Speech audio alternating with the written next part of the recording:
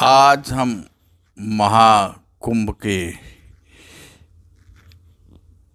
संगम तट पे आपको लिए चल रहे हैं। आप जो देख रहे हैं ये संगम तट का किनारा है और आज 20 तारीख है और 20 तारीख दिन के जो है 11 बजे हुए हैं। तो 11 बजे की स्थिति आप देखें कैसी है। आपके सामने संगम का घाट का किनारा है और किस तरीके से यात्री जो है प्रवेश कर रहे हैं संगम घाट की तरफ। महाकुंभ में भीड़ अब भी है, लेकिन यातायात का साधन जो है सुगम है। स्थिति ये है कि जो महाकुंभ में पूर्णिमा में स्नान की स्थिति थी और अमावस्या में जो स्नान की स्थिति थी, उससे अब श्रद्धालु कम पड़े हैं। लेकिन ऐसा दृश्य नहीं है कि बहुत कम हो गए हैं, लेकिन अब आज जो कल की संख्या है 19 तारीख की, ये जो है संख्या डाउन हुई है। 19 तारीख में लगभग जो है 86 लाख व्यक्तियों ने स्नान किया है और भीड़ है, लेकिन भीड़ के साथ साथ सुविधाएं भी जो है सुगम हो गई हैं।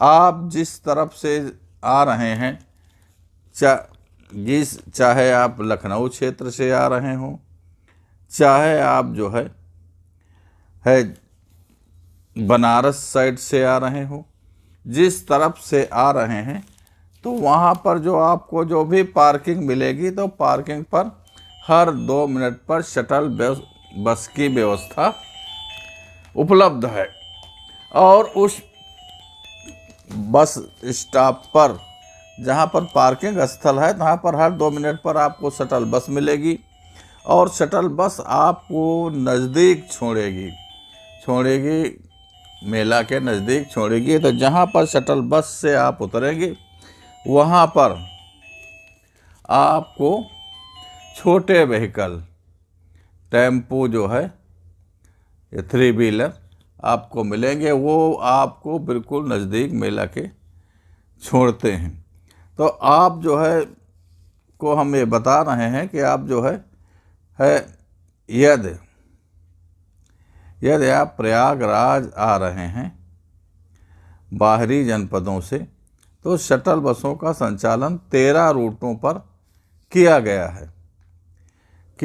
है जो कि हर 2 मिनट पर आपको बस उपलब्ध होगी। शहर के चारों हिस्सों में जहां पार्किंग व स्टेशन हैं, वहां ये बसें उपलब्ध हैं। लखनऊ रूट पर आने वाले यात्री हिंदू हॉस्टल चौराहे से शटल बस प्राप्त कर सकते हैं।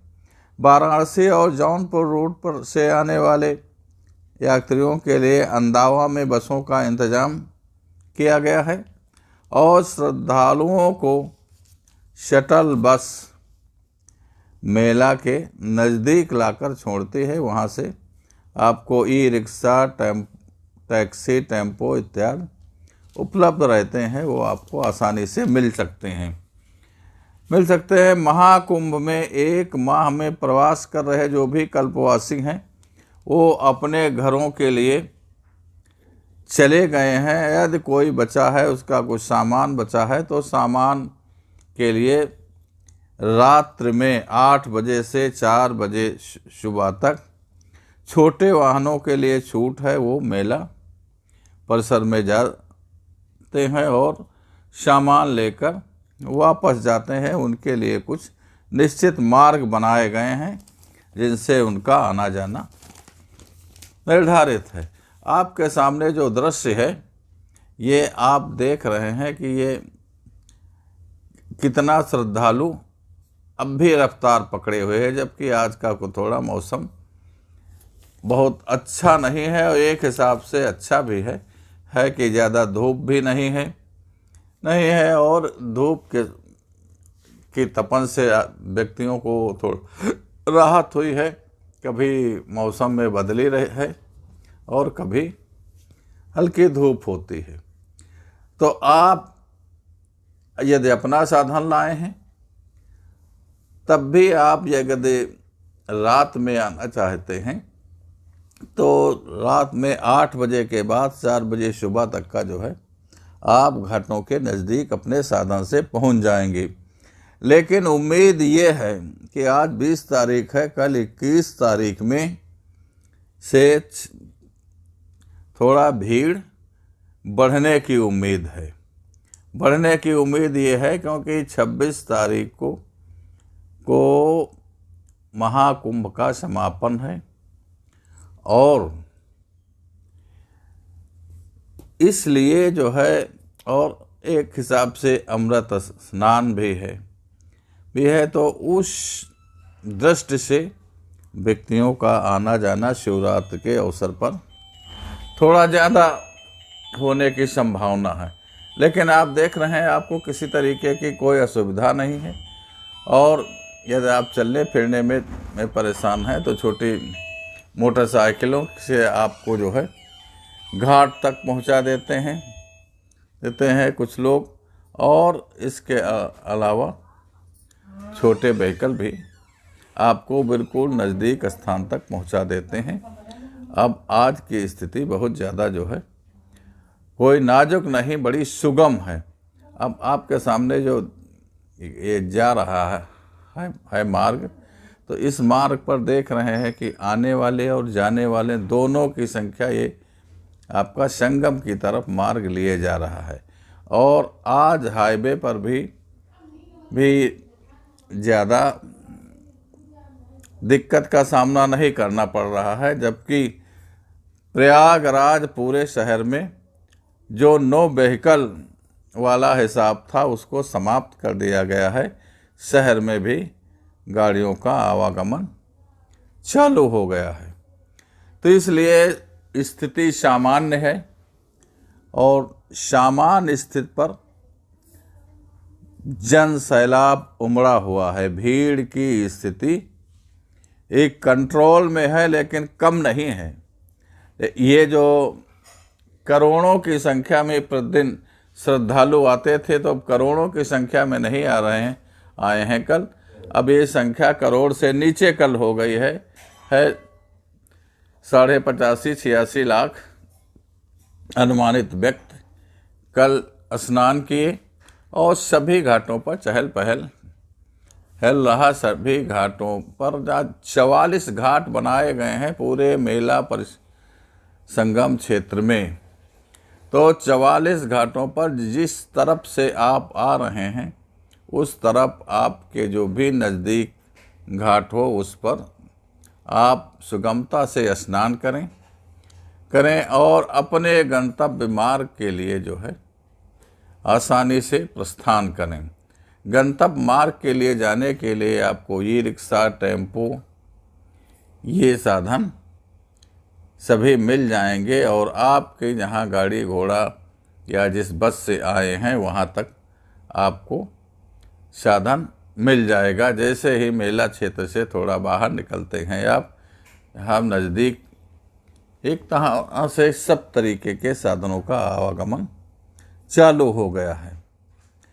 और यदि आपका पार्किंग में लगा हुआ है साधन तो वहाँ तक आप भी ई रिक्शा और टेम्पो से जा सकते हैं।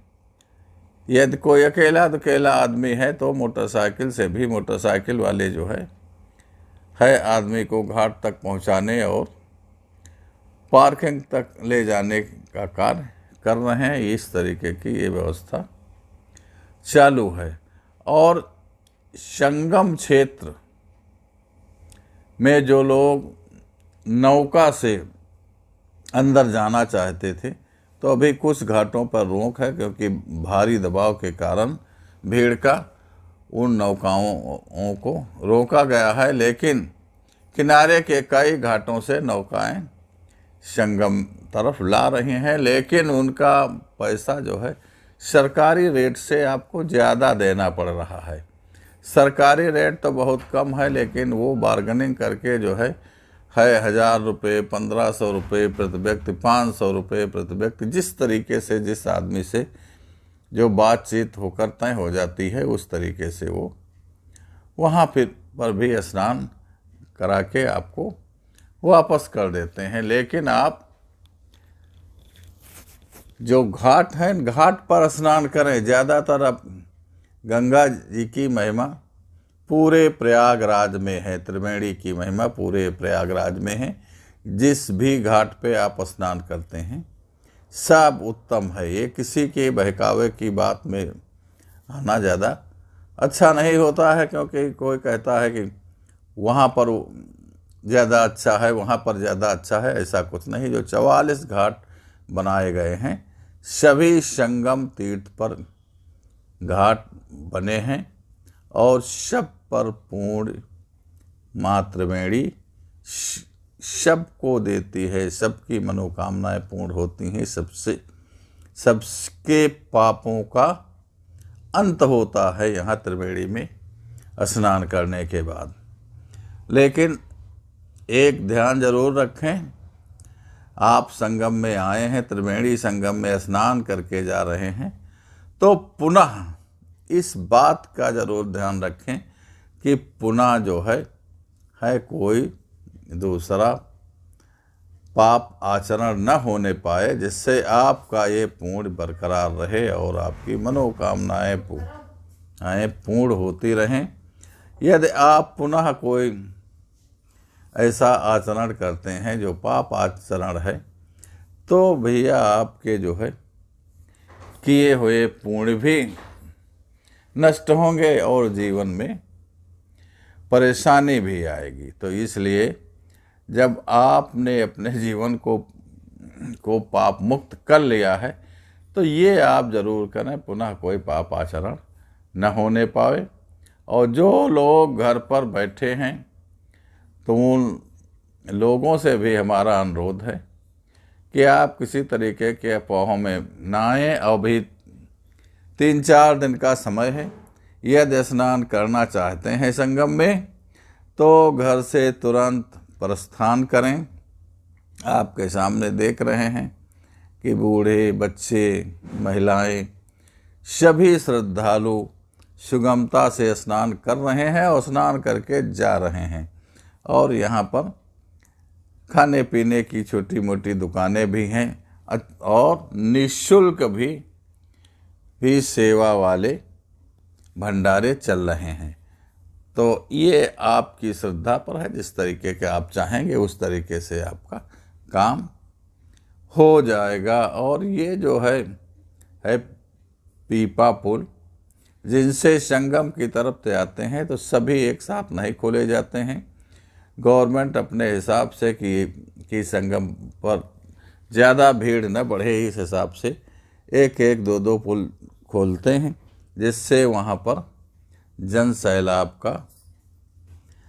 का बहुत ज़्यादा जमावड़ा न होने पावे, अव्यवस्था न होने पावे। आप देख रहे हैं कि आपके सामने सब दृश्य है और किसी तरीके की कोई कोताही नहीं है और बहुत प्रेम पूर्वक ये व्यवस्था चल रही है। श्रद्धालु स्नान कर रहे हैं और स्नान करके अपने गंतव्य मार्ग को प्रस्थान कर रहे हैं। आप भी आइए, आपका प्रयागराज महाकुंभ में स्वागत है।